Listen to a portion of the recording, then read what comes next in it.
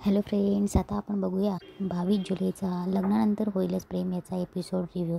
इकडे काव्या पार्था बोलत असते, उगाच काहीही आरोप करायचे नाही माझ्यावर. हौसने आली मला तुमच्या गाडीची हवा काढून सुनसान जागेवर थांबायची. तेव्हा पार्थही बोलतो की तेही खरं आहे म्हणा, आधीच काही लग्नाच्या बंधनात कमी अडकलो आहे का. तेव्हा काव्या बोलते, अर्ज मान्य केला आहे ना कोर्टाने, मग सहन करा 6 महिने. हे 6 महिने संपल्यानंतर आभाळ जरी कोसळलं तरी तुमच्या मागे मी येणार नाही. तेवढ्यात खूप जोराचा पाऊस येतो. काव्या आणि पार्थ भिजतात. इकडे जीवा आणि नंदिनी ही बाईकवर येत असते आणि तेही पूर्ण भिजतात. नंदिनी खाली उतरते बाईकवरनं, पडणार तेवढ्यात जीवा तिला सावरतो. इकडे पार्थ घाईघाईत जॅकेट काढतो आणि पटकन गाडीत जाऊन बसतो, पण काव्या बाहेरच पावसाचा आनंद घेत असते. पार्थ ही गाडीतनं खाली उतरतो तेव्हा पार्थ गाडीची स्टेपनी काढतो आणि गाडीचं टायर लावत असतो आणि काव्याकडे बघत असतो. इकडे जीवा आणि नंदिनी पावसात उभे असतात, आडोशाला जाऊन उभे असतात. जीवाला आठवतं की आपण बाईकची चावीच काढली नाही. तेवढ्यात नंदिनी त्याच्याकडे चावी देते. विजांचा गडगडाट होतो तेव्हा नंदिनी पटकन जीवाला पकडते आणि जीवा तिच्याकडे बघत असतो. तेवढ्यात तिथे 2 कपल चहा आवाज करून पित असतात. तेव्हा जीवा आणि नंदिनी त्यांच्याकडे बघते आणि नंदिनीला पण आणि जीवाला आठवतं की नंदिनी तसाच चहा प्यायची. इकडे पार्थ गाडीचं टायर लावत असतो, तो पावसाने ओला होत असतो. काव्या पटकन पार्थचं जॅकेट त्याच्या डोक्यावर धरते. इकडे नंदिनीलाही खूप पाऊस लागत असतो. जीवा त्याच्या दोघं हातांची ओंजळ करतो आणि नंदिनीचा पाऊस हटवण्याचा प्रयत्न करतो. तेवढ्यात जीवाला दिसतं की नंदिनीची टिकली तिच्या गालावर लागली.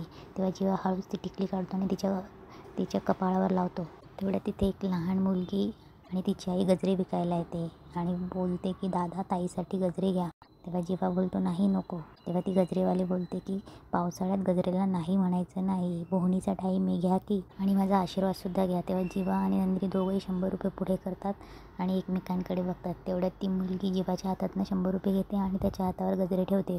तेव्हा ती गजरेवाली आशीर्वाद देते, देवी आई तुम्हाला कायम एकत्र ठेवो. पार्थ उठतो, काव्याकडे बघतच असतो. काव्याकडे हात करतो. काव्या त्याचं ब्लेझर पार्थच्या हातावर ठेवते. पार्थ ब्लेझर घेऊन पुढे जायला लागतो.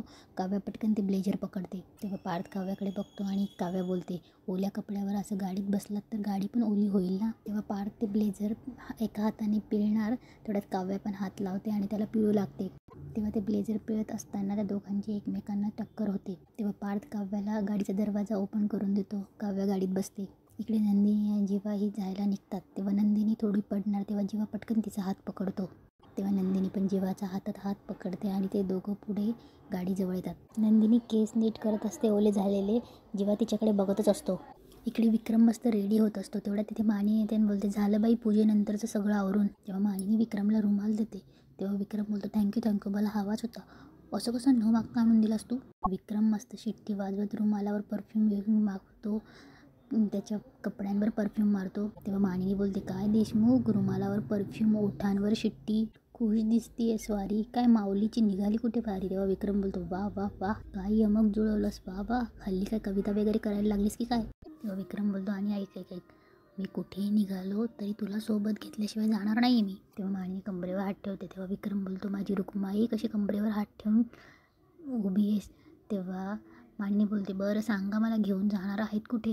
तेव्हा विक्रम बोलतो, अगं आपल्या मीनाक्षीचा वाढदिवस आहे ना. तेव्हा मानिनी बोलते, अच्छा तरी आपली मीनाक्षी. तेव्हा विक्रम बोलतो, अगं आपल्या कॉलेजमधली मैत्रीण आहे ती, म्हणून आपली म्हटलं. तेव्हा मानिनी बोलते, वा वा, मीनाक्षीचा वाढदिवस हे लक्षात आहे तुमच्या, आणि माझ्या भावाचा वाढदिवस हे लक्षात तरी आहे का, विश केलं त्याला. तेव्हा विक्रम बोलतो, आता सासरच्या माणसांची वाढदिवस मी लक्षात ठेवू, वेळी आहेस का. तेव्हा मानिनी बोलते, हां. तेव्हा विक्रम हसत बोलतो, ओके ओके. तेव्हा विक्रम बोलतो, मी विश करतो त्याला, ओके. तेव्हा विक्रम बोलतो, मी तर रेडी झालेलो आहे, आणि तू कुठली साडी नेसायचीस ती पण काढून ठेवली आहे. तेव्हा मानिनी बोलते, आता साडी वगैरे चूज करून ठेवली आहेस, पण मी काय म्हणते, तुम्ही जा पार्टीला, मस्त एन्जॉय करा. ड्रिंक करणार असाल तर ड्रायव्हरला घेऊन जा, पण मला नका सांगू मी नाही येत. तेव्हा विक्रम बोलतो, मानिनी असं नको ना करू यार, आता किरकिर नको करू प्लीज. तेव्हा मानिनी बोलते, घरात काय सुरू आहे, तुमचं काय सुरू आहे. तेव्हा विक्रम बोलतो, काय सुरू आहे म्हणजे. तेव्हा मानिनी बोलते, पूजेच्या वेळेला काय झालं बघितलं नाहीस, चौघांचाही मूड नव्हता, कुणाला पूजेला बसायचंच नव्हतं जणू, ना एकाच्या चेहऱ्यावर हसू ना कोणाच्या चेहऱ्यावर आनंद. गुरुजींनी मंगळसूत्र घालण्यासाठी सांगितल्यावर सुद्धा जीवावर आल्यासारखं केलं सर्वांनी. ना मुलं खुश होती ना मुलींच्या चेहऱ्यावर मंगळसूत्र सुलट झाल्याचा आनंद. खूप विचार सुरू येतो डोक्यात, खरंच मला नाही जमणार. तेव्हा विक्रम तिचा हात पकडतो आणि बोलतो, 1 मिनिट, खरं सांगू तुला, तू मुलांना सुद्धा तयार व्हायला सांगा, त्यांना सुद्धा इन्व्हिटेशन आहे पार्टीचं विथ देअर रिस्पेक्टिव्ह वाईफ. तेव्हा मानिनी बोलते आधी मुलांना घरी तरी येऊ द्या विथ देअर रिस्पेक्टिव्ह वाईफ. कुठे गेले दिवसभर कुणास ठाऊक, एकानेही मला काही सांगितलं नाही कुठे गेलेत तसं. या सगळ्या विचारांना डोकं भणभणतंय. मला एक सांगा, तुम्हाला हे सगळं दिसलंच नाही की पार्टीच्या विचाराने तुम्ही दुर्लक्ष करतायत? मुलांना त्यांचं कळू देता ग. चमच्याने भरवायची काही गरज नाही आहे. त्यांचा संसार आहे, त्यांना कळू देतो. आणि मागे बसलेल्यांनी ड्रायव्हिंगचे सल्ले कसे द्यायचे हे फुकटचे सल्ले द्यायचे नसतात. त्यामुळे ऐक, ही साडी घाल आणि फर्स्ट क्लास तयार हो पटकन. इकडे नंदिनी जेव्हा ओले झालेले असतात घरी येऊन आंघोळ करून फ्रेश होतात. नंदिनी केस पुसत आरशाजवळ जाते आणि जीवा आणि तिची फ्रेम बघते. तेव्हा नंदिनी तो फोटो उचलते. तेव्हा जीवा बोलतो काय झालं? तेव्हा नंदिनी बोलते आता 6 महिन्यांनी हा फोटो इथे ठेवायची काहीच गरज पडणार नाही. तेव्हा नंदिनी जीवाकडे जाते आणि बोलते काय झालं? सॉरी, तुम्हाला टॉन्ट मारते असं वाटते का तुम्हाला? नाही, माझ्या म्हणण्याचा अर्थ तसा नव्हता. उलट तुम्हाला जे वाटतंय तेच होतंय. तुम्ही तर खुश व्हायला हवं. तेव्हा नंदिनी जायला लागते. तेव्हा जीवा बोलतो तू आहेस खुश? तेव्हा नंदिनी बोलते हां, म्हणजे मी खुश आहे की नाही हे माहिती नाही, पण आत्ता जे करून आले त्यावर विश्वासच बसत नाही आहे माझा. आजवर दुसऱ्यांसाठी लढायला, दुसऱ्याचे संसार मार्गी लागण्यासाठी कोर्टात जात होते, पण स्वतःसाठी कधी जावं लागेल वाटलंच नव्हतं. पण चला, गोष्टी वेळेत झाल्या हे महत्त्वाचं आहे. मी तर काय माझ्या लग्नाच्या फॅन्टसीमध्ये जगत होते. माझ्या लग्नाच्या गोष्टी माझ्या मुलांना, माझ्या नातवंडांना रंगवून सांगेन.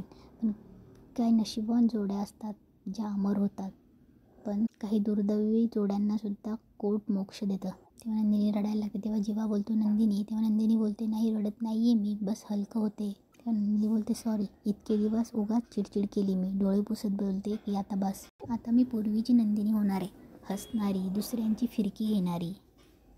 लग्नाआधीची नंदिनी आता या रडूबाई नंदिनीला फुल स्टॉपच देणार आहे. फायनली झालं हे. किती सोपं होतं. चला आता 6 महिने वेगवेगळे राहूयात आणि मग गुड बाय म्हणूयात. Nice meeting you, have a very good life असं म्हणत एकमेकांच्या लाईफमधनं अदृश्य होऊयात.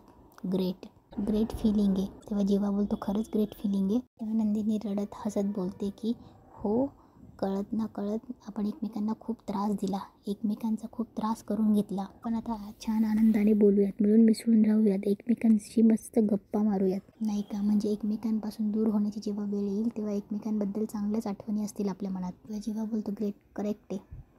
तेव्हा नंदिनी बोलते पण तरीही एका गोष्टीचं ओझं मनावरचं हलकं नाही होते. तरीही आईबाबांना कसं सांगायचं? तेव्हा जेव्हा थोडंसं शांत होतं तेव्हा नंदिनी बोलते मला काय वाटतं, आपण फार जास्त विचार नको करायला, आपण बाहेर जाऊयात आणि घरच्यांना आत्ताच डिवोर्सबद्दल सगळं सांगून टाकूयात. इकडे पार्थ आणि काव्या ही रूममध्ये असतात. तेव्हा पार्थ चेअरवरनं उठतो आणि काव्याजवळ जातो आणि बोलतो सो काव्या, इतके दिवस तुम्हाला डिवोर्स हवा होता, सो फायनली मी तुमचं एकतरी स्वप्न खरं करून दाखवलं. इकडे रम्या बाहेर उभी राहून ऐकून खूप खुश होते आणि बोलते की म्हणजे पार्थ आणि काव्याचा डिवोर्स फुल्ली कन्फर्म आहे. क्या बात आहे रम्या, क्या बात आहे. हे आईला सांगायला हवं. रम्या जाते आणि तिथेच आजचा एपिसोड संपतो.